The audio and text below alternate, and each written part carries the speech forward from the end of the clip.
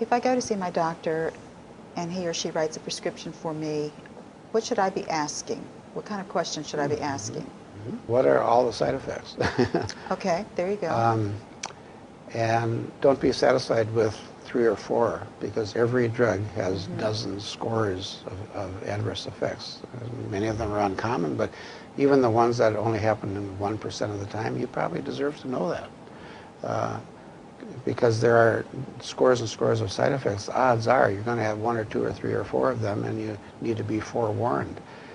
And what are the long-term effects? You know, what will happen if I am on this for a year or 2? Especially the psychiatric drugs have not been tested for effectiveness for longer than 8 weeks. 6 or 8 weeks is all the length of time that the drug industry has tested for safety or efficacy, on all of these and all those psychotropic drugs. Okay. There may have been some that have been 12 weeks, but mostly 8 weeks or less. And then if the FDA approves them on modest benefit and relative safety, they'll stamp approval, and now that drug gets marketed, and nobody even thinks twice about having people on these for a year or a decade, and they haven't been proven to be safe or effective for more than 6 or 8 weeks. That's scandalous, in my opinion. So maybe you should be asking, well, what have the studies shown? How long has this been tested in humans?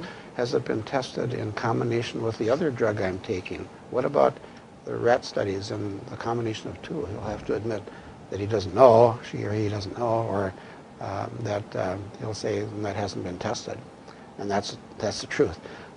No drug company is testing rats, even rats, with more than one drug at a time to find out what even the short-term adverse effects are, much less the long-term.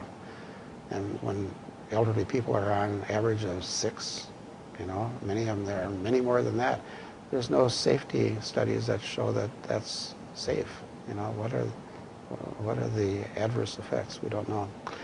So definitely ask about that, about what happens if I'm also on another medication. Okay. Or are there alternatives to this? And what if my problem is just a fluke? What if my one high blood pressure that they could, is that a fluke? And do I have high blood pressure 24 hours a day, 7 days a week, or is it just this once?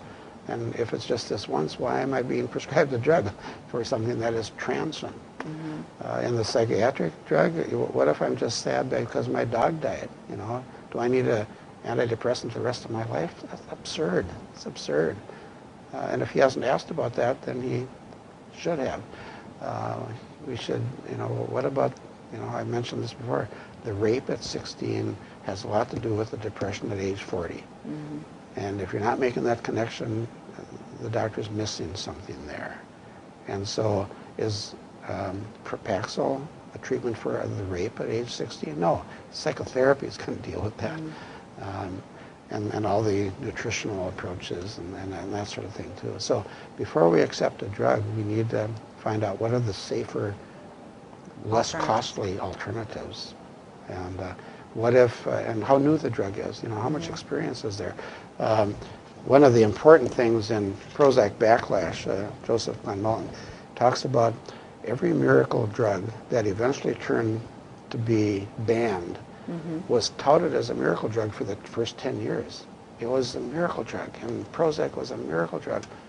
But then the second decade, there's all these adverse effects start being reported, and we realize, ooh, this, you know, we're kind of nervous about this one. And then in the third decade, then we realize how dangerous they were, and we ban them, or we discredit them, or by then the patent's out, and we've changed to a different drug. So now there's a Cymbalta instead of the discredited Prozac, and so there's a new drug, and now that's generic anyway, and so we just ignore. But then there's a new miracle drug out there, and until the 10th to 20th year, we're sort of thinking it's wonderful, and then it turns sour. Well, that's because they're only tested for 6, 8 weeks. We should demand that they be tested for 30 years before we get them on the market, right? Well, drug industry wouldn't tolerate that because they need to make their profits on this big investment quicker than that. So they do not allow long-term studies. That sounds so cynical. Pretty cynical. Yes. It is, yeah. Well, thank you very much. Welcome. Yeah.